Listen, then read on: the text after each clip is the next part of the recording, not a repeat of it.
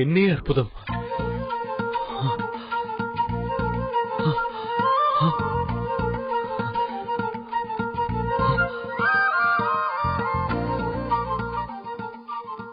அப்பா,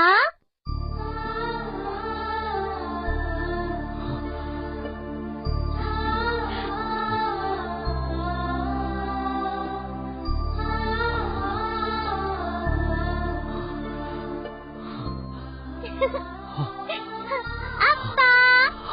செல்வி, பட்டாடை எனக்கு எப்படி உள்ளதப்பா? உன்னை போலவே மிகவும் அழகாக இருக்கிறது.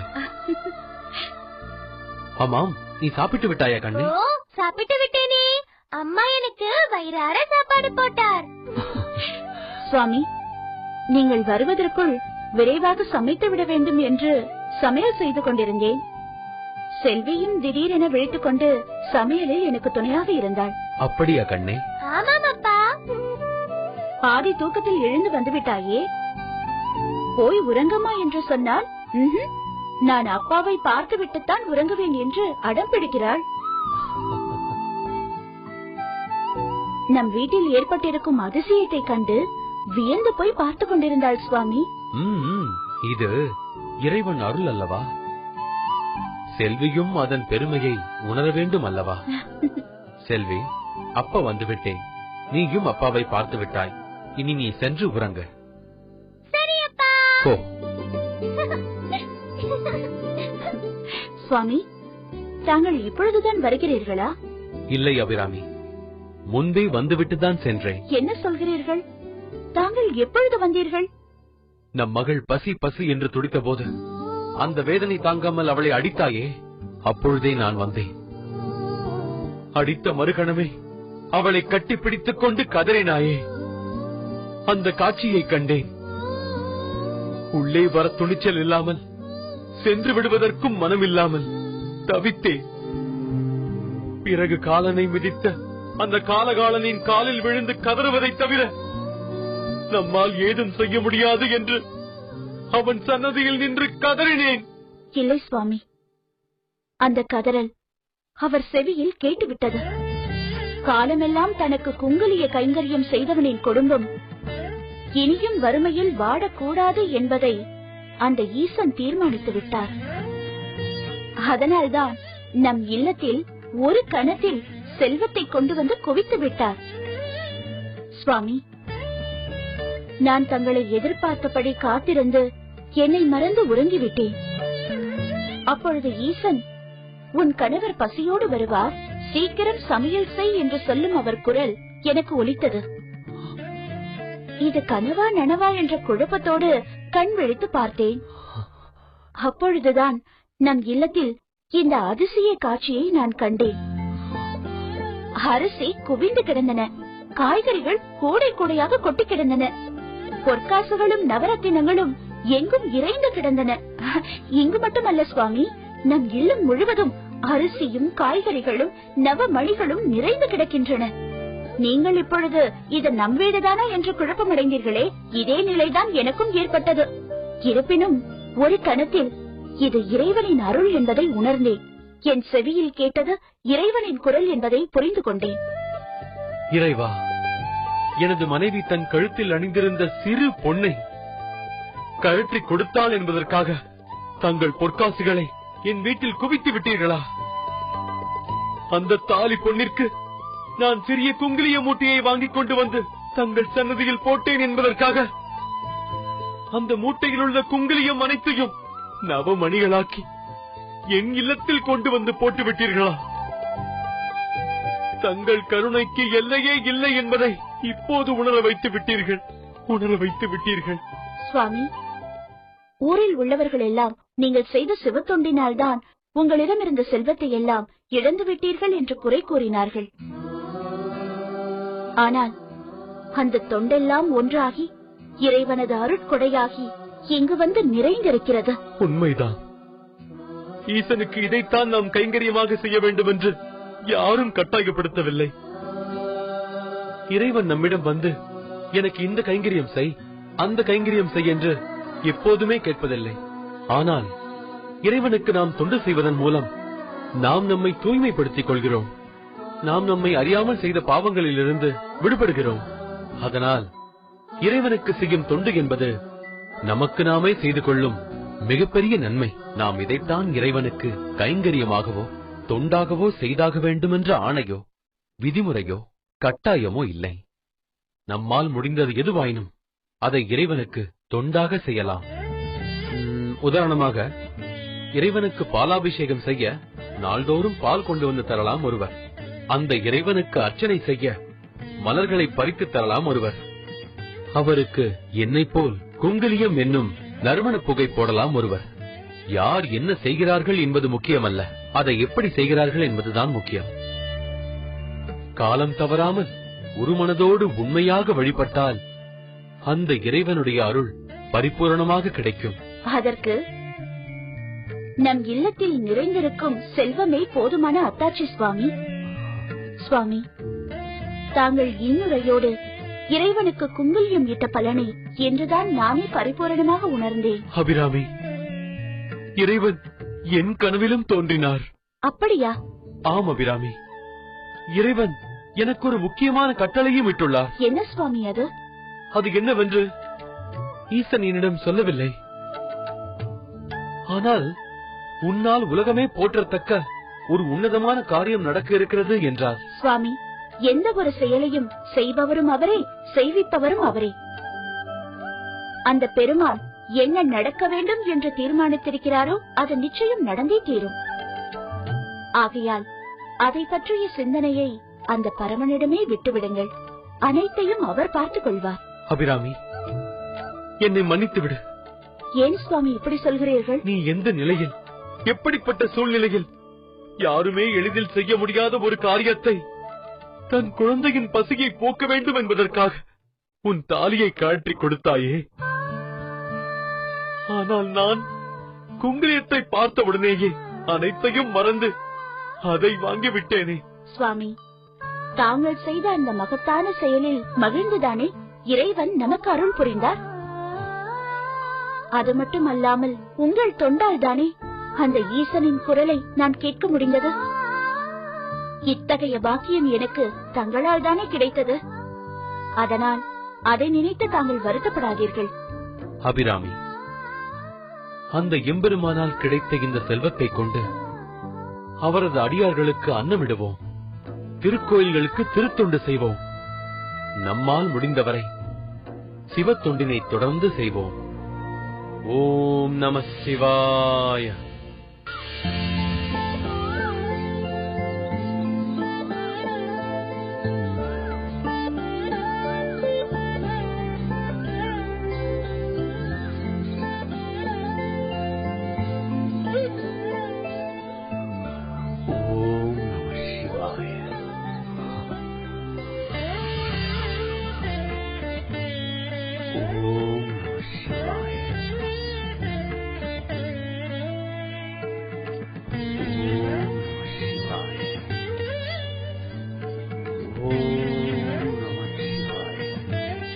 சிவனடியாருக்கு என் பணிவான வணக்கம். வணக்கம் கலையனாரே, வாருங்கள். தங்களுக்கு என் பெயர் எப்படி தெரியும்? இதற்கு முன் திருக்கடவூர் திருக்கோயிலுக்கு வந்தபொழுது தாங்கள் குங்குலியம் இடும் நேர்த்தியை பார்த்து வியந்து போயிருக்கிறேன். அப்பொழுதுதான் உங்களை பற்றி தெரிந்து கொண்டேன். ஈசனுக்கு குங்குலியம் இடுவதை உங்களைப் போல் பக்தி பரவசத்தோடு செய்பவர்கள் நிச்சயம் வேறு யாரும் இருக்க முடியாது. அனைத்தும் தங்களைப் போன்ற சிவனடியார்கள் மூலம் ஈசனின் மகிமையை அறிந்ததால் ஏற்பட்ட பக்தியின் பலன். தாங்கள் வெகு தூரத்திலிருந்து வருகிறீர்களா? ஆம் கலையனாரே, திருத்தல யாத்திரை மேற்கொண்டு வருகிறேன். என்னை போன்ற சிவனடியாருக்கு அந்த பெருமான் எழுந்தருளியிருக்கும் திருக்கோவில்கள் தோறும் சென்று வணங்குவதை விட வேறென்ன மகிழ்ச்சி இருக்கிறது? தாங்கள் கண்ட திருத்தலங்களை பற்றி நான் தெரிந்து கொள்ளலாமா சுவாமி? தங்களைப் போன்ற உயர்ந்த பக்தரிடம் அதை பகிர்ந்து கொள்வது போன்ற மகிழ்ச்சி வேறென்ன இருக்கிறது? ஒவ்வொரு தலங்களுக்கும் ஒவ்வொரு சிறப்பு இருக்கிறது. உதாரணமாக முக்தி அளிக்கும் தலங்கள் என்று சிலவற்றை சொல்வார்கள். பிறக்க முக்தி தருவது திருவாரூர், தரிசிக்க முக்தி தருவது சிதம்பரம், நினைக்க முக்தி தருவது திருவண்ணாமலை, இரக்க முக்தி தருவது காசி. இவற்றுள் காசியை தவிர்த்து மற்ற திருத்தலங்கள் 3ஐயும் தரிசித்து விட்டேன். பூலோக கைலாசம் என்ற புகழ்பெற்ற திருத்தலம் பற்றி தாங்கள் அறிவீர்களா? சொல்லுங்கள், நான் அறிந்தது சரிதானா என்று தெரிந்து கொள்கிறேன். ஆஹா, உங்களுக்கு இதில் உள்ள ஆர்வத்தை காணும் பொழுது எனக்கு மிகவும் மகிழ்ச்சியாக இருக்கிறது. திருவையாறு, திருக்குற்றாலம், தில்லை சிதம்பரம், இந்த 3ஐயும் தான் பூலோக கைலாசம் என்பார்கள். காயாரோகண தலங்கள் என்று கச்சி காரோணம், குடந்தை காரோணம், நாகை காரோணம் என்று 3ஐயும் குறிப்பிடுவார்கள். விலங்குகளும் பறவைகளும் வழிபட்டதால் அதுவே பெயராக அமைந்த திருத்தலங்களை பற்றி சொல்லுங்கள். புலி வழிபட்டதால் மட்டுமே புலியூர் என்ற புகழ்பெற்ற தலங்கள் இருக்கின்றனவே. பெரும்பற்ற புலியூர், திருப்பாதிரி புலியூர், இருக்கத்தம் புலியூர், பெரும் புலியூர் என்று அந்த ஊரின் பெயர்கள் அமைந்தன.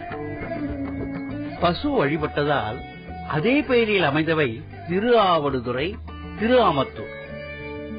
குரங்கு வழிபட்டதால் அப்பெயர் கொண்டவை குரங்கணி முட்டம், குரங்குக்கா. பாம்பு வழிபட்டதால் அப்பெயர் கொண்டவை திருப்பாம்புரம், திருநாகேச்சரம், சீகாலத்தி ஆகியவை. ஆஹா, இறைவன் நடத்தும் திருவிளையாடல்களை பற்றி கேட்கும் போது என் உடல் சிலிர்க்கின்றது.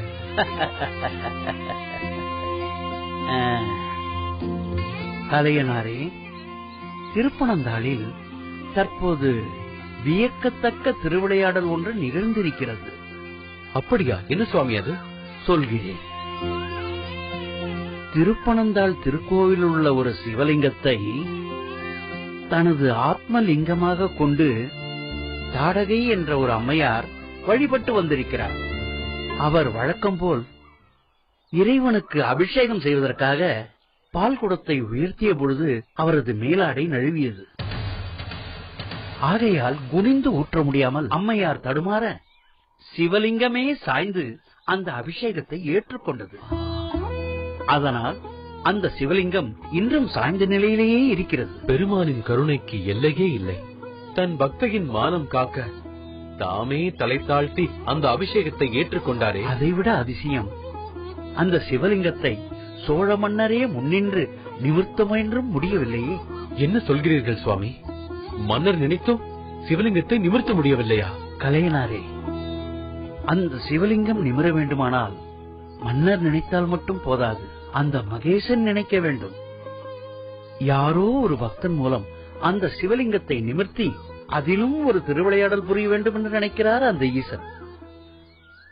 ஏன் இப்படி ஒரு விவரத்தை உங்களிடம் கூறுகிறேனே, இது கூட திருப்பனந்தாளில் வசிக்கும் அந்த சடையப்பனின் திருவிளையாடலாக கூட இருக்கலாம் அல்லவா? இப்புவியில் எவராலும் செய்ய முடியாத ஒரு செயலை நீ செய்ய போகிறாய். இந்த அகிலமே உன் பெருமையை எண்ணி பூரிப்படைய போகிறது. அத்தகைய அரிய செயல் என்ன என்று சொல்லுங்கள் ஐயனே. கால நேரம் வரும்போது நீயே அதை உணர்ந்து கொள்வாய். ஏனென்றால் காரணம் இல்லாமல் எந்த காரியமும் நடப்பதில்லை. சரி, நான் வருகிறேன். வாருங்கள் சுவாமி. நம சிவாயா, நம சிவாயா.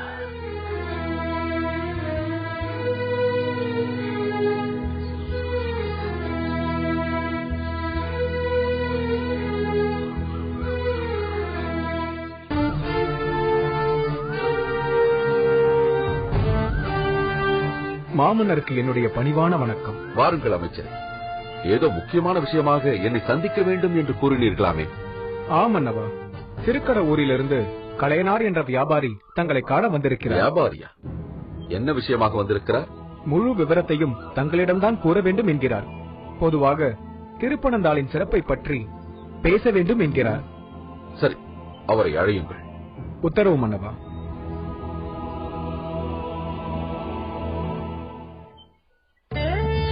வாருங்கள்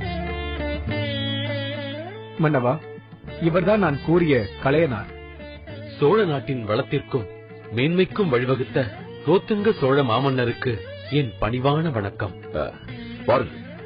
தாங்கள் எங்கிருந்து வருகிறீர்கள்? நான் திருக்கட ஊரிலிருந்து வருகிறேன். அங்கு என்னால் முடிந்த சிவத்தொண்டினை செய்து வருகிறேன். தாங்கள் திருப்பனந்தாள் வந்ததன் நோக்கம்? திருப்பனந்தாளில் அதிசயம் ஒன்று நிகழ்ந்ததாக கேள்விப்பட்டேன். அந்த அற்புதத்தை காண வேண்டும் என்று இங்கு வந்தேன். ஓ, சாய்ந்த சிவலிங்கத்தை பற்றி சொல்கிறீர்களா? ஆம் மன்னா. அந்த அதிசயம் எனது ஆட்சியில் ஏற்பட்ட கரும்புள்ளியாக மாறிவிட்டது. அந்த கரும்புள்ளியை நான் நீக்குகிறேன் மன்னவா. கலைநாரை, என்ன சொல்கிறீர்கள்? அந்த சிவலிங்கத்தை நிமிரச் செய்ய நான் முயற்சி செய்கிறேன்.